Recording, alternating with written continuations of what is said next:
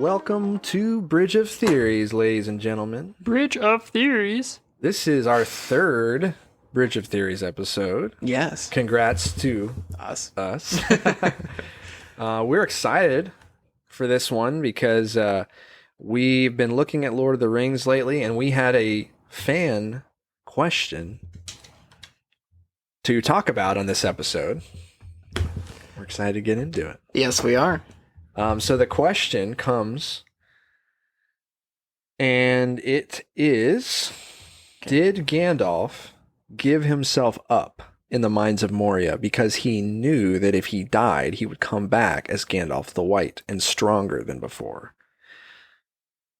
And if so, why did he let himself fall? Or did Or he if not, like, did Yeah. he let himself Did he fall? let himself fall? Or really why? Because it's kind of What? assumed that he could have saved himself, pulled himself So up. I did dig into it a little bit. And I don't know if it's definitive in terms of like a definitive Tolkien answer. Mm-hmm. So let's just talk about what our thoughts are, and then I'll talk maybe a little bit about what I read about it. And What do you think? well, so I don't think he let himself fall in the sense that I don't think he was thinking, well, I'll just come back as Gandalf the White. Mhm. You know, I have this in my back pocket, or I think he, especially in the context of the movies, he knew that he couldn't hold on for much longer, even if he kept trying to get up, and he knew, like, he just shattered the bridge. Mhm. So clearly it was unstable because the Balrog fell through it. Mm-hmm. So if someone ran out to try and help him on the bridge, then it might fall. You know, plus you've got the orcs shooting arrows at them. You can actually see in that scene, like, arrows hitting near their feet, going over their heads, over their shoulders. So any one of them could have gotten hit by arrows. So Gandalf kind of, I think, had made his decision before he stepped on that bridge.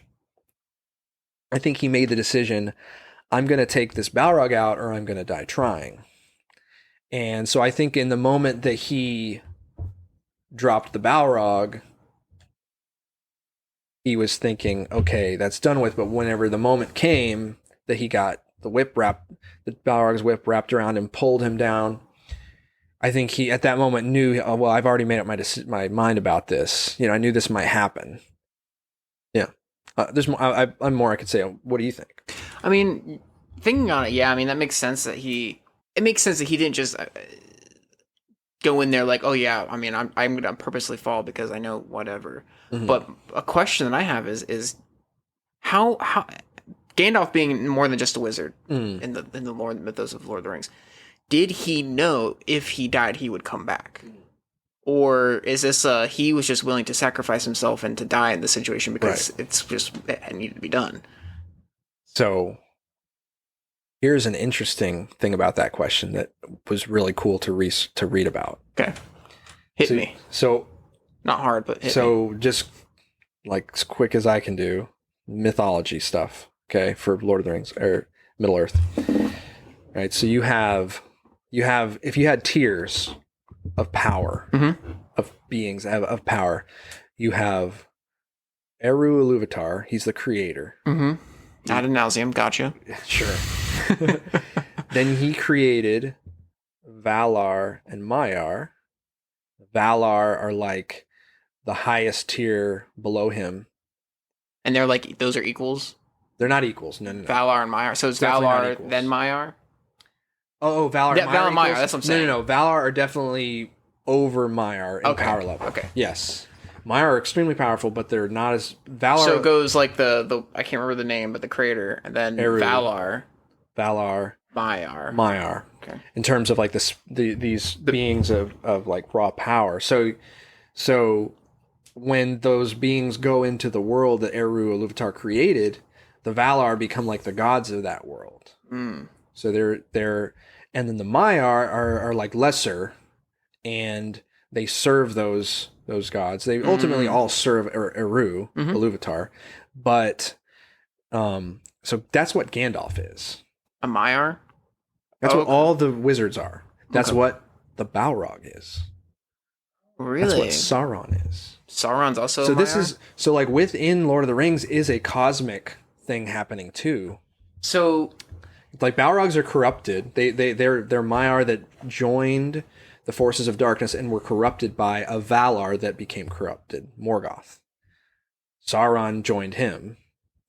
And so I'm saying all this to say, when Gandalf died, normally when someone you die, an elf dies or whatever, they go to their spirit goes to the west, into the Undying Lands. Mhm. When a Maiar dies, they're basically like they go back to the creator. So when Gandalf died, he wasn't sent back by the Valar. He was sent back by Eru, Ilúvatar. Oh, so he was just like so I'm saying that to say he did not know that would happen. He knew he would go back to Eru, Ilúvatar. Oh, so he didn't know that he didn't know he'd be sent back. So he understood enough to like, if I die, I'm gonna go back to Right. my creator, basically. Right. But he didn't know that he was gonna be sent back. Exactly. He didn't know he would still have a part to play. He was basically saying, because there were, you have Sauron and then you have these other remnants of older evil that are out there. You had Smaug the dragon left over. What's Smaug? Do we know? He's just a dragon. Oh. Dragons were bred by Morgoth. I don't know how, but Morgoth created. And Morgoth is a Valar? He's a Valar, yeah. And so he's like a god, like a little G god. Yeah. And then what's the big G god's name? Eru. Eru. Ilúvatar. Or just Eru for short. But he, so like Smaug was this big piece on the table that Gandalf's like, I know Sauron's still out there. If something ever happens and Sauron comes back, I don't want Smaug to be on the table. So he goes and gets Thorin and encourages them to go on this quest to take that piece off the table. Then he gets into Moria and he knows the Balrog's in there. He doesn't know if he's going to have to face it or not, but he knows if he does face it, that's a big enough piece that it's worth taking that piece off the table, even if it takes him out of the fight. So he has to basically trust. He was sent there by the creator to be a help, basically like an ambassador from the creator to help them. But he has to basically entrust himself to say, I know that this is why I was sent, and I'm the only wizard left that's actually doing what they were sent to do. But I have to trust that if I take myself out by taking this Balrog out, that Eru's gonna somehow come through for them. So, few things. First of all, so it really seems like that whole scene was really just a really big act of faith on Gandalf's part. Yeah, trusting in his creator. Interesting. The other thing is, that you kind of just answered a question that I mentioned the main podcast. I had a question I would ask you, and it had to deal with the Hobbit and that whole situation with going to the Lonely Mountain, the Misty Mountain, whatever it's called. Like, why did that even happen? Like, why did Gandalf? Basically, my question was just like, what else is in play? And did Gandalf know that the ring was going to be found when he went on that trip, or is that just Gandalf didn't know that was a surprise, but he had that. So his reason to go was he basically was just like, Smaug is a big threat, and we need to get rid of him in case Sauron comes back, or more. It all comes back to Gandalf. It all comes back to Gandalf recognizing that Sauron's still out there. There's still this enemy that has to be dealt with, and he had just having the foresight to know if there's a dwarf, if there's a king under the mountain, and instead of a dragon, that's going to be better tactically in the long run.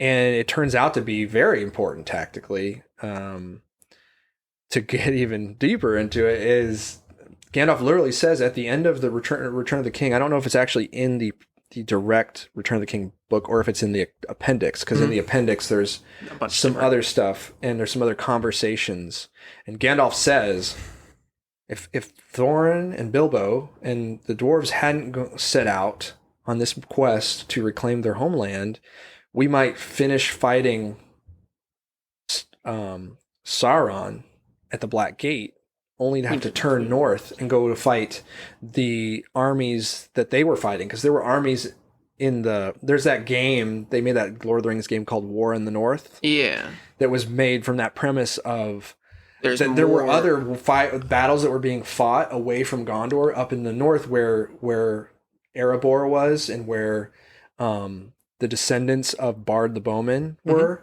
ruling as well. Those people were fighting battles against enemies from the east that were allied with Sauron. And if they hadn't been there fighting those battles, then it would have been a whole. It's like you could have had Saruman. You could have had Saruman coming here. You could have had them coming from here. the north. Oh my gosh! From the north, you could have had Sauron, and that was obviously Sauron's plan.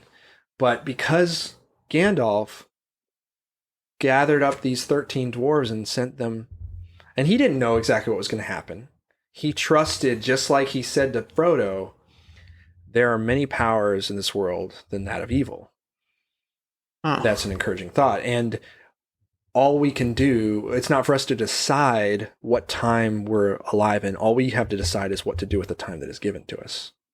So it seems like with Gandalf because a lot of times he almost seems like he knows, which he does to an extent, no more than your average, hobbit. Yes. But sometimes it seems like he knows a lot, but it almost seems now like he just sincerely trusted and had faith in the good powers of Middle Earth. He certainly had, faith in his creator, and that his creator, even if you couldn't see exactly how the creator was moving in the world, that there was a force of good that had a will for them to not fail.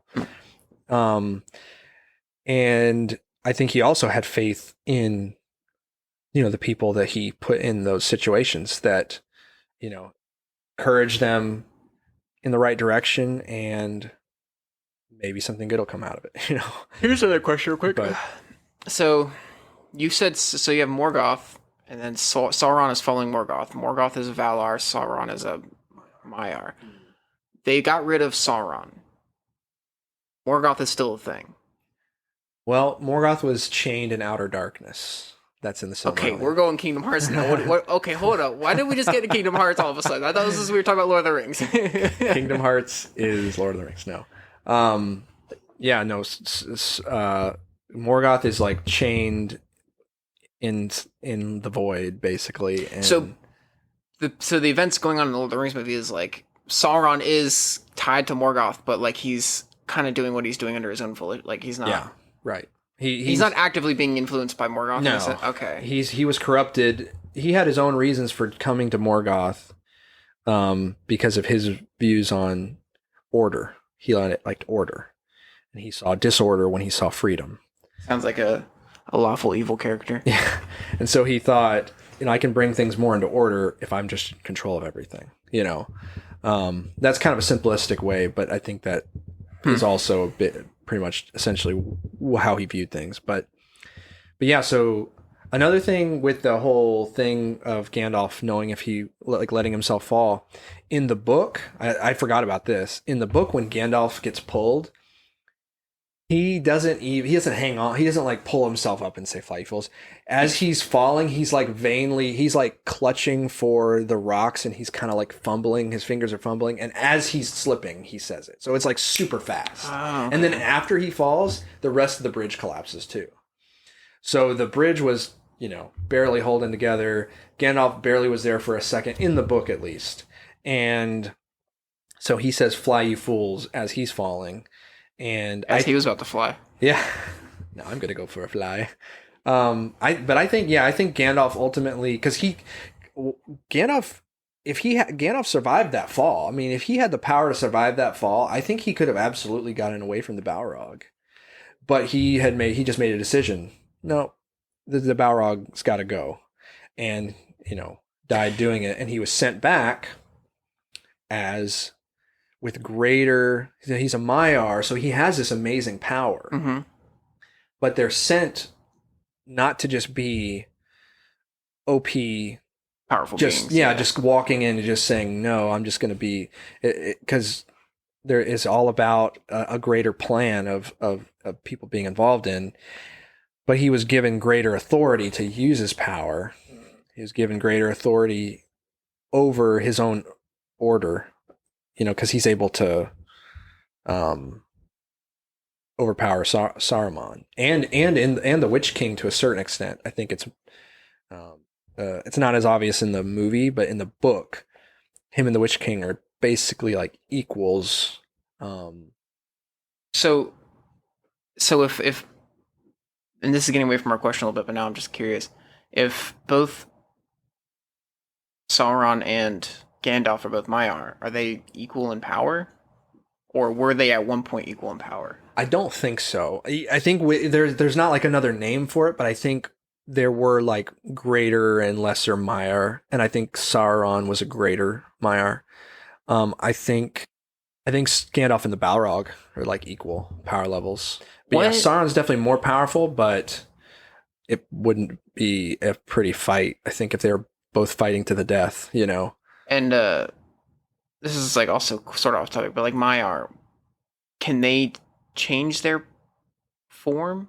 So like the Balrog is like a Balrog, but he technically could be like a human, or is it just like you kind of are a specific thing? So the Balrog the Balrogs basically they're corrupted into that form. So they're basically they've given up their agency to be able to change their form, or really they kind of sold their soul to the devil basically, and so they can't change appearances or whatever. And even I don't really as far as like Gandalf and the other wizards, I don't think they can, because it's like if they came under different circumstances, maybe they could. Like if they came just like, I'm a Maiar, I'm just coming over. Mm-hmm. Just coming to chill. Yeah. then I think that maybe they'd have more cool control. Party trick. Yeah, exactly. But I think because they came over as these five, the order of wizards, that they specifically were like going to take this form and live in that form. Now, if they die, they could come back in a different form. So like Gandalf did kind of come back in a different form. That's true. Looking more like Saruman. Last question on this. Radagast the Brown. Is he also a Maiar? Is he part of that wizard order? Yeah. Okay. He totally is. And then there were two more. Something the blue. Two blue wizards. Two blue wizards. And they're not really mentioned at all, except that they went to the east. They didn't return. So people have theories about that they got corrupted. People have theories that Saruman maybe did something to them. Interesting. Because Saruman, before he was even like on Sauron's side, he was already going kind of down a... Kind of sketchy. Yeah, he was like... He was sketchy in The Hobbit. He's like, if I could find this one ring... Movie, at least. Yeah, he's like, if I could find this one ring, then I could probably, do some good in the world. He wanted to find the ring first. And so he actually, just like in the Hobbit movie, he opposed Gandalf. He like made light of Gandalf's concerns about the necromancer, because he was like, well, if Sauron starts to come back, maybe the ring will show up and then I can get it. So that was his initial plan. Here's another kind of like thought exercise, maybe, or whatever. How powerful would Gandalf be if he had taken the ring? Yeah. And how, maybe this is a topic for another episode, but like the ring itself, how actually powerful is the ring? And like what makes it so powerful? Because the ring has power over the other rings. Yeah. The ring is powerful, and because of how Sauron made it. Sauron put a part of his power into it. That's why when he got the ring cut off his hand, it kind of broke him, because yoinked him out of existence for a minute. Yeah, because he had so tied his power to that ring. I don't know what the advantages of that were, but he was able to use So he made a Horcrux. Original Horcrux, I'm telling you. Stick around. Branching.